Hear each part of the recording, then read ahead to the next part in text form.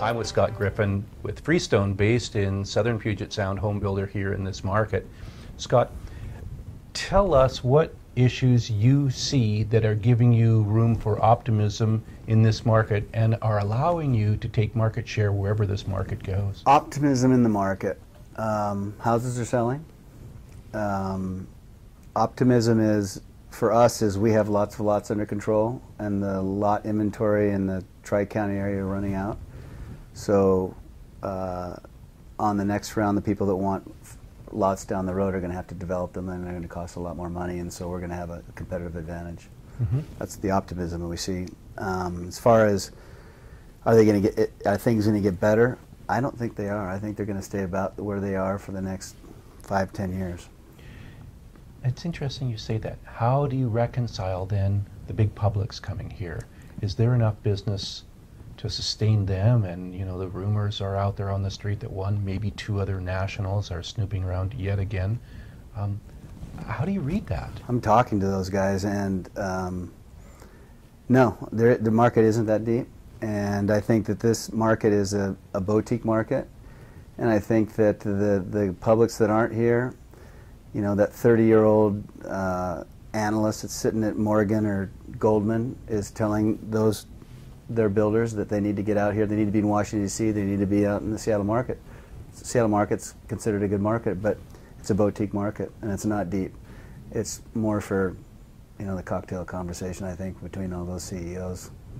What do you think should keep them awake at night, the ones that are here and the ones that are thinking about coming They're here? going to run out of inventory. This market's so thin that 3-4 years from now, the inventory is not going to be here to sustain them.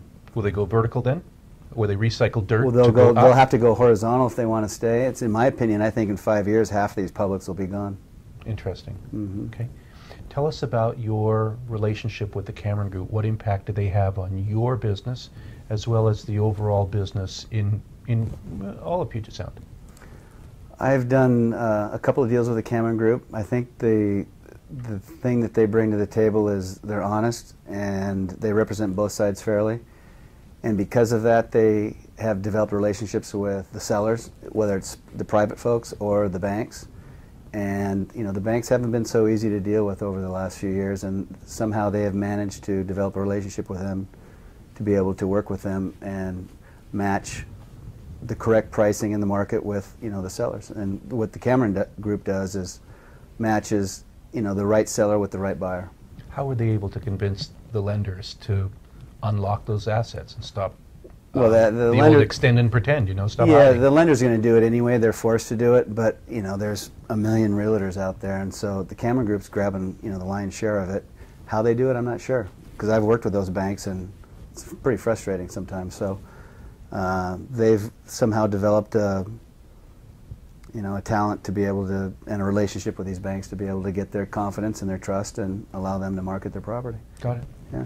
Scott, tell us about the very first car that you purchased. Well, let's see. I won it arm wrestling when I was 16 years old. No and kidding. It was a 1972 VW Bug Yellow. Excellent. And I had my real estate license when I was 18, and I remember hauling customers around to go look at houses in my VW Bug. That's where I started. I started 35 years ago. I started my real estate career, and at that time I had a 1970 VW van. Nice. Took my clients around in that. Perfect. We all started somewhere. Everybody, even some of the big hitters that are down there, they started somewhere. Got it. Right? Scott, thank you very much for your time. Sure pleasure. appreciate it.